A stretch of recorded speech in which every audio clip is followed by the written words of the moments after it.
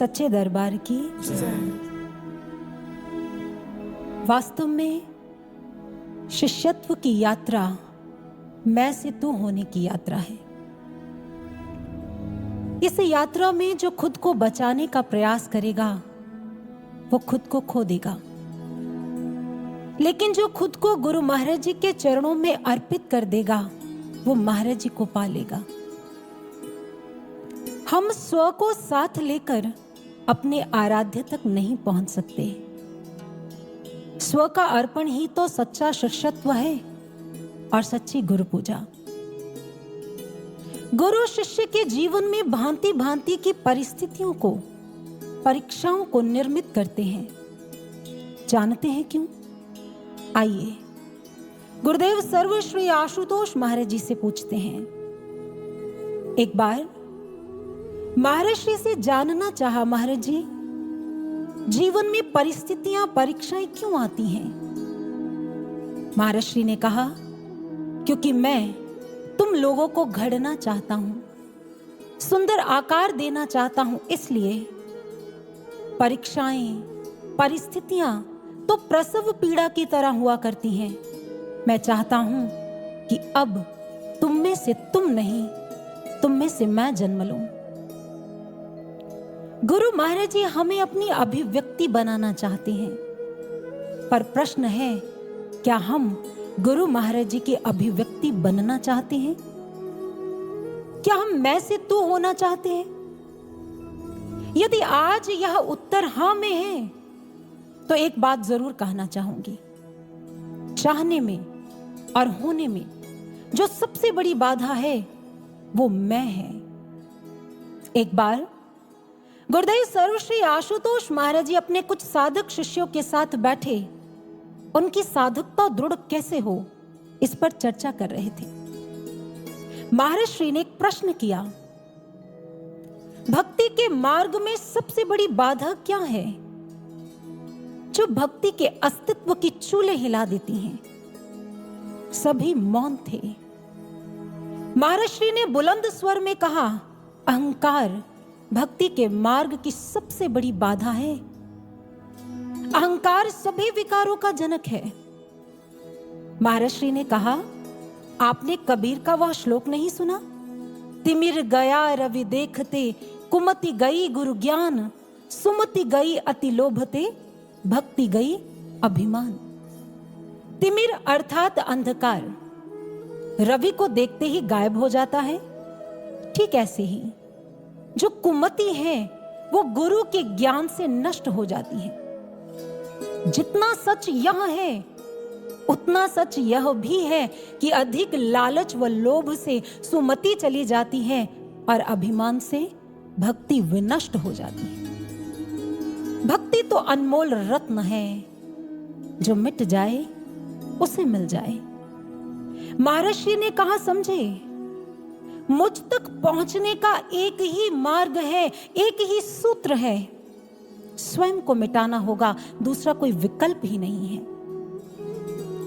योगानंद परमहंस की शिष्या दया माता अपने जीवन का एक किस्सा साझा करती हुई कहती है कि एक बार आश्रम में उत्सव का माहौल था और मेरे गुरुदेव योगानंद परमहंस अपने अनुयायियों के साथ बैठे हुए थे।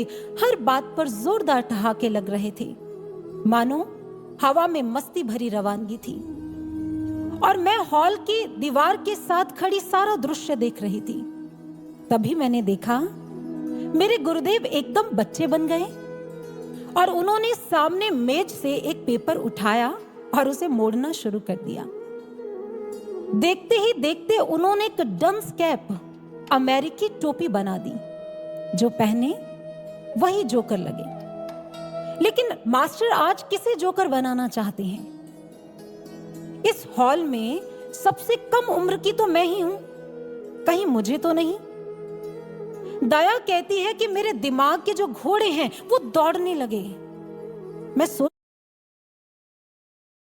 सोचने लगी, यदि गुरुदेव मुझे कहेंगे टोपी पहनने को तो मैं क्या करूंगी? आज्ञा मानूंगी या मना कर दूंगी? तभी मेरे मन ने दलील दी, गुरु आज्ञा मानने का अर्थ यह तो नहीं होता कि नमूना बनकर जिल्लत सहो या दुनिया की खीखी का पात्र बन जाओ। बेशक मैंने अपने गुरु के साथ प्रेम की शपथ खाई है। इसका अर्थ यह नहीं है कि वो सबके सामने मेरा मजाक उड़ाए। इतने में जो मेरा डर था वो हकीकत बनकर मेरे सामने खड़ा हो गया। गुरुदेव चहु और दृष्टि घुमाने लगे और उनकी पवित्र दृष्टि मुझ पर आकर रुक गई और उन्होंने इशारे से मुझे पास बुलाया, इधर आओ।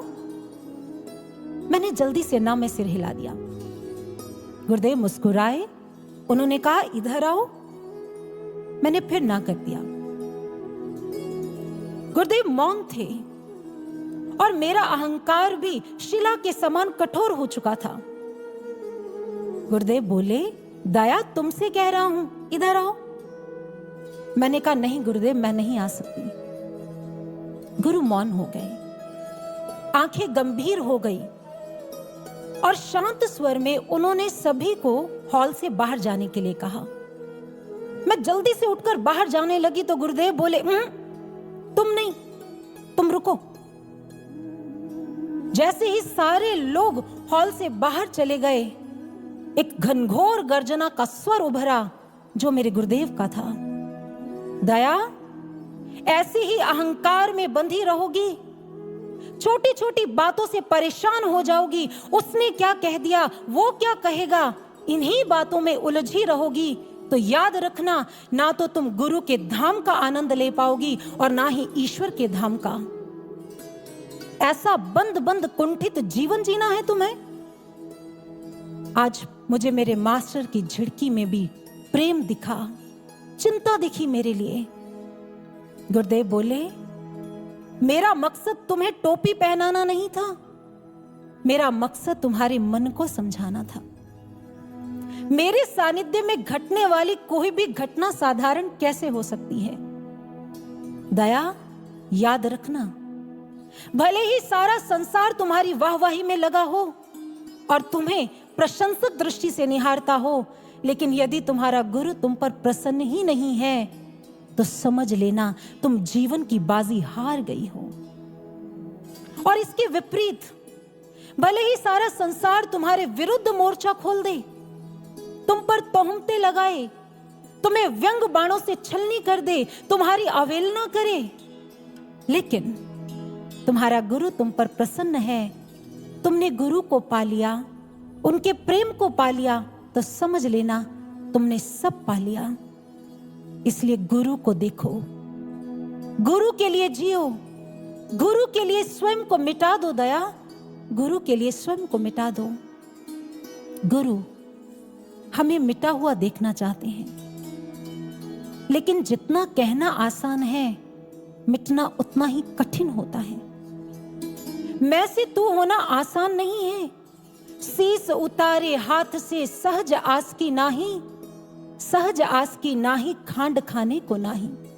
झूठ आस की करे मलूक में जूती खाही, जीते जो मर जाए करे ना तन की आशा। आशिक को दिन रैन रहे सूली पर बासा, मान बड़ाई खोए नींद भर नाही सोना। तिल भर रक्त न मांस नहीं आशिक को रोना। पलटू बड़े बेकूफ वे आशिक जो होने जाही, शीस उतारे हाथ से सहज आस की नाही। पलटू साहिब कहते हैं, गुरु से प्रेम आसान नहीं है। गुरु से प्रेम करना अपने हाथ से अपना सिर उतारकर सदगुरु के चरणों में रख देना होता है, अर्थात अपना अहम उतारकर गुरु के चरणों में रखना। ये मीठा खाने जैसा कार्य नहीं है कि गप से मुख में डाल दिया। गुरु से प्रेम करना जीते जी मरना है। गुरु से प्रेम करना अपनी समस्त इच्छाओं को छोड़ देना है। और जो शिष्य गुरु से प्रेम करते हैं, उनका निवास स्थान सदैव संयम की सूली रहता है। वो अपने मन को संसार से हटाकर कसे रखते हैं, मान बड़ाई को खो देते हैं और एक क्षण के लिए भी असावधान नहीं होते। जानते हैं क्यों? क्योंकि शिष्य जानता है भक्ति की पहली शर्त ही समर्पण है, और समर्पण का अर्थ होता है स्व का अर्पण, मैं का विसर्जन। पलटू साहिब कहते हैं, जो लोग यह सोचते हैं ना, अपने आप को भी बचा लें और गुरु को भी पा लें, उनके लिए ये भक्ति पथ दुर्गम नहीं, महादुर्गम है। प्रेम नगर की कठिन डगर है, कांटों का जहां बिछोना है। कटकर, जलकर, सहकर, तपकर तुझको उसका होना है। अपना अस्तित्व मिटाकर तुझे बीज सा गल जाना है। पाने की छोड़ तमन्ना, हर पल खोना ही बस खोना है। गुरु चेतना में वलय ही शिष्य की पहचान है, और इसी में शिष्यत्व का खरापन है। मेरे गुरुदेव जानते हैं मेरे लिए क्या उचित है, यही तो समर्पण होता है। साधारण प्रेम होता वो स्वार्थी होता है, उसकी जड़ें गहरी इच्छाओं में और संतुष्टि में होती हैं। लेकिन गुरु से प्रेम में ना तो लेन देन का व्यापार होता है, ना अपेक्षाओं की गंध होती है। कहते हैं जब योगानंद परमहंस पहली बार अपने शिष्य डॉक्टर लुईस से मिले तो उन्होंने कहा था, मैं आज तुम्हें अपना सच्चा निष्काम प्रेम देता हूं, क्या आप मुझे अपना सच्चा निष्काम प्रेम देंगे? गुरु हमसे मात्र निष्काम और निस्वार्थ प्रेम की कामना करते हैं। ऐसा प्रेम जिसमें कोई सौदेबाजी ना हो, जिसमें कोई लेन देन ना हो। और ऐसा निष्काम व निस्वार्थ प्रेम ही तो शिष्यत्व की पूर्णता होती है। हम ना सोचें हमें क्या मिला है, हम ये सोचें किया क्या है अर्पण। हमने जो महाराज जी के लिए किया या कर रहे हैं, उसके बदले में हमें क्या मिल रहा है, हमारी दृष्टि इस पर नहीं होनी चाहिए। हम महाराज जी को अर्पित करने के लिए क्या प्रयास कर रहे हैं, हमारी सोच और हमारी दृष्टि उस पर होनी चाहिए। क्यों? क्योंकि महर्षि के चरणों में अर्पित किया गया कोई भी भाव, कोई भी सेवा ये अपने पास नहीं रखते हैं, क्योंकि यह इनका स्वभाव है। लेकिन हमारा धर्म क्या है, शिष्य धर्म क्या कहता है? एक दिन महर्षि शिष्य धर्म को परिभाषित कर रहे थे। महर्षि ने कहा, जानते हो शिष्य कितनी प्रकार के होते हैं? और स्वयं ही उत्तर देते हुए महर्षि ने कहा, शिष्य 2 प्रकार के हुआ करते हैं, एक उत्तम और एक सर्वोत्तम शिष्य। उत्तम शिष्य निरंतर यही कहते हैं, घृत बन मिलते रहो तुम, दीप बन जलता रहूंगा। हे गुरुदेव, आप घृत बनकर मिलते रहना, मैं दीप बनकर जलता रहूंगा, सदा जलता रहूंगा। लेकिन आप मिलते रहना, आपका सानिध्य मिलता रहे, मैं चलता रहूंगा। महर्षि ने कहा, जानती हो सर्वोत्तम शिष्य कौन होते हैं? जिसके रोम रोम से एक ही ध्वनि ध्वनित होती है, घृत मिले न मिले ईंधन, न प्रेम पवन मेरे राम, फिर भी जलते रहने का व्रत लेता हूं अभिराम, फिर भी जलते रहने का व्रत लेता हूं अभिराम। लेना और देना व्यापार है। ईंधन पाकर जलना तो बहुत सरल होता है, बात तो तब है जब दीपक में एक बूंद तेल ना हो और फिर भी दीपक जाज्वल्यमान रहे। हिम्मत तो तब है जब हमें प्रेम रूपी गुरु से एक सिंधु से एक बूंद रस ना मिले और हमारी जो आंखें हैं वो गुरु के लिए तरसती रहे। यही सर्वोत्तम शिष्य की पहचान होती है। मुझे याद है एक दिन महाराज जी अपने कक्ष में बैठे हुए थे। अचानक महर्षि ने सामने बैठे साधक से कहा, अपना प्रेम राधा की तरह सुदृढ़ करना होगा। इतना कहकर महर्षि मौन हो गए और उनकी आंखें मानो कहीं दूर किसी दृश्य में जाकर खो गई। और उस समय महर्षि के मुखारविंद से कुछ पंक्तियां मुखरित हुई। उन पंक्तियों को मैं हूबहू आपके सामने रखना चाहती हूं। महर्षि ने कहा, चाहे वैराग्य की अग्नि जला डाले, राधा का जो कृष्ण से प्रेम था वो तो त्रिकाल में भी नष्ट नहीं हो सकता था। प्रतीक्षा पथ पर खड़े खड़े कोई नजर भी नहीं आ रहा था। प्रतीक्षा पथ पर कभी कभी ऐसा समय आता है जब धैर्य छूटने लगता है। इस मार्ग पर अकेले खड़े कोई नजर भी नहीं आ रहा है और जिससे प्रेम किया है वह भी कठोर है, निष्ठुर है। वह मिले या ना मिले, वो बुलाए या ना बुलाए, वो हंसाए या रुलाए ये उसकी मर्जी है, क्योंकि प्रेम तो किया जा चुका है, प्रेम तो हो चुका है जिसे हर हाल में निभाना है। इतना कहकर महाराज जी मौन हो गए और महाराज श्री ने सामने बैठे साधक से कहा, कुछ समझे? वह मिले या ना मिले, वह बुलाए या ना बुलाए, वह हंसाए या रुलाए, ये उसकी मर्जी है, क्योंकि प्रेम तो किया जा चुका है। महाराज श्री ने कहा, यही सर्वोत्तम शिष्य की पहचान होती है। वो अपने गुरु को व्यापार में नहीं बांधता। वो कहता मैं हर हाल में प्रेम निभाऊंगा, चाहे कुछ भी हो जाए, क्योंकि मैं जानता हूं मुझसे पहले आपको पता है मेरे लिए क्या उचित है। मुझसे भी अधिक आप मेरी चिंता करते हैं, तो मुझे काहे की चिंता। ऐसे सर्वोत्तम भक्त होते हैं। आज अगर मैं अपनी शख्सियत को चूर चूर कर आपकी रजा को जी सका, तो यह भी सस्ता सौदा होगा गुरुदेव, यह भी सस्ता सौदा होगा। इसलिए मैं आपकी हर आज्ञा, आपकी हर इच्छा के आगे नतमस्तक हूं।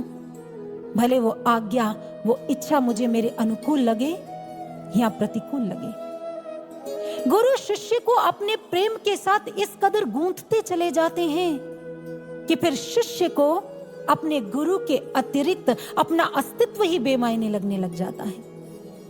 वो गुरु के लिए मिटना उसका लक्ष्य बन जाता है। और सौभाग्यशाली होते हैं वह लोग जो गुरु के लिए मिट जाते हैं। और आज गुरुदेव सर्वश्री आशुतोष महाराज जी ने हमें यह सुअवसर प्रदान किया है, मिटने का अवसर। मैं आपको स्मरण दिलवाना चाहूंगी वह उद्बोधन जिसमें महाराज जी ने एक बार कहा, आप लोगों को पता है आपके पास क्या है, जिसके सामने तीनों लोकों का राज्य और संपूर्ण ब्रह्मांड छोटा पड़ जाता है। सभी हतप्रभ होकर महाराज जी को देख रहे थे। महाराज श्री ने कहा, आपके पास आपका गुरु है, आपके पास मैं हूं, फिर मिटने में कैसी चिंता, फिर भविष्य का कैसा भय, ये कैसी उहापो। आप लोग जानते हो मिटाने में भी गुरु सृजन का कार्य करने का सामर्थ्य रखता है। मुझे स्मरण है, याद है वो दृश्य जब महर्षि ने अपने दोनों चरणों की ओर इशारा कर कहा था, यहां मिटाया गया सर्वस्व, यहां झोंका गया एक एक क्षण। तीनों लोकों के ईश्वर मुझ आशुतोष को वश में करने का मंत्र है। ये महाराज जी के वचन है। यदि तीनों लोकों का ईश्वर गुरु रूप में हमारे सामने हो और उसके लिए मिटने का अवसर हमें मिल जाए, तो मुझे लगता है ये घाटे का सौदा नहीं है। इसलिए हम महाराज जी की आज्ञाओं में चलें, तभी हमें अपने व्यक्तित्व में नए परिवर्तन का एहसास होगा। तभी मुरझाए शिष्यत्व की कली फिर से हरी होगी और फिर से निष्क्रिय पड़ चुके समर्पण व भक्ति के तत्वों में सक्रियता का नया उत्साह आ पाएगा। मैं से तू की इस यात्रा में जितनी बाधाएं हैं, चाहे वो मन की है, विकारों की है, विचारों की है, संस्कारों की है, उसे हम साधना के सुदर्शन चक्र से काट दें। महाराज श्री के श्रीमुख के वचन हैं, जो साधक साधना रूपी सुदर्शन चक्र का प्रयोग करता है, अर्थात जो साधना करता है निरंतर, उसके सामने मन रूपी दुर्योधन और विकारों, संस्कारों और विचारों रूपी सेना ठहर नहीं पाती है। लेकिन जो साधना नहीं करते हैं, महर्षि कहते हैं, उनका मन, विचार, संस्कार इतने बलवान हो जाते हैं, इतने बलिष्ठ हो जाते हैं कि वो सबसे पहले शिष्य को गुरु आज्ञा से दूर कर देते हैं, फिर उसकी आस्था विश्वास को खोखला कर देते हैं और भक्ति के मार्ग पर वो ऐसा दृश्य प्रस्तुत करते हैं कि साधक को छोटी छोटी बाधाएं भी बड़ी लगने लग जाती है। वो छोटी छोटी बातों को बड़ा कर देखने लग जाता है। और एक समय ऐसा आता है, महर्षि कहते हैं, जो आज्ञा शिष्य का सुरक्षा कवच हुआ करती हैं, वो उसे बंधन लगने लग जाती है। वो छूटना चाहता है, वो भागना चाहता है, मुक्त होना चाहता है इस बंधन से, और यहीं से शिष्य का पतन प्रारंभ हो जाता है। इसलिए मैं से तू होने की इस यात्रा में सबसे पहली जो जरूरत है वो साधना की है, स्वयं को साधने की है। क्योंकि साधना शिष्य के जीवन में जड़ की तरह काम करती है। जितना पोषण मिलेगा, जितना हमें उसे पालन पोषण करेंगे, उसको देंगे, भक्ति शिष्यत्व उतना हरा भरा होता चला जाएगा। तात्पर्य, जितनी गहरी साधना उतना गहरा गुरु शिष्य संबंध। इसलिए आज हम सबको जरूरत है हम स्वयं को बदलें, स्वयं को साधें, साधना करें, महाराज जी की आज्ञाओं में चलें और मैं से तू होने की उच्च पराकाष्ठा को प्राप्त कर महाराज श्री के लिए मिट जाने की एक नई कहानी रच दें। अंत में गुरुदेव के चरणों में यही